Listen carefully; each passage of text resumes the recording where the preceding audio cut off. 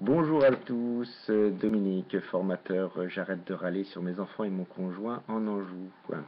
Aujourd'hui, on parle beaucoup de changement et changer de position et changer de vision dans J'arrête de râler et de se dire on peut vivre exactement la même vie de manière moins difficile. Et aujourd'hui, j'avais envie de vous illustrer ça avec un tout petit exemple, un tout petit truc quotidien sur les tâches ménagères.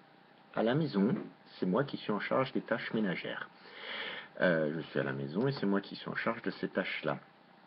Et effectivement, j'étais déjà jamais satisfait de moi puisque vu que j'avais cette charge-là, la maison n'était jamais rangée. Donc j'avais jamais mon niveau de satisfaction et je n'étais jamais content. La maison n'était jamais assez bien rangée pour moi. De plus, je me sentais pas respecté quand le soir arrivait et que les enfants arrivaient et bien sûr sortaient tous les jouets de tous les endroits de la maison et remettaient tout le bazar dans la maison. Je me sentais pas respecté quand mon épouse ne débarrassait pas son petit déjeuner et je ne me sentais pas aidé.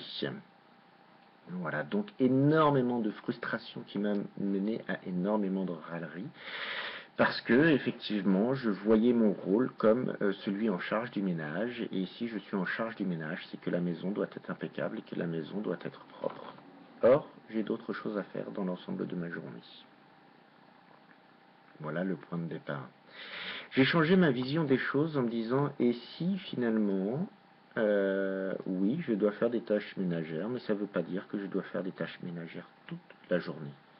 Je vais être en charge de cette tâche-là et je vais y consacrer une demi-heure par jour seulement.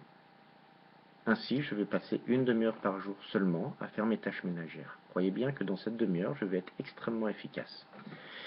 Ensuite, ce que j'aime bien, c'est l'équilibre dans la maison. Pas avoir une pièce qui va être rangée et la pièce suivante qui va être complètement en bazar. Du coup, je m'accorde 5 minutes par pièce dans la maison.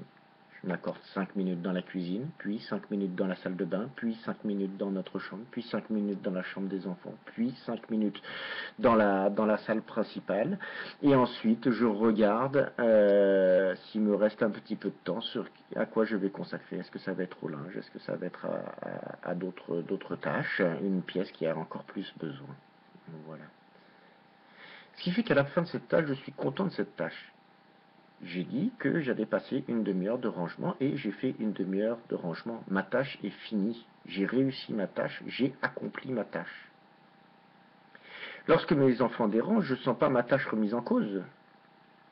Les enfants font le dérangement, ils jouent et ils ne me remettent pas en cause ma tâche.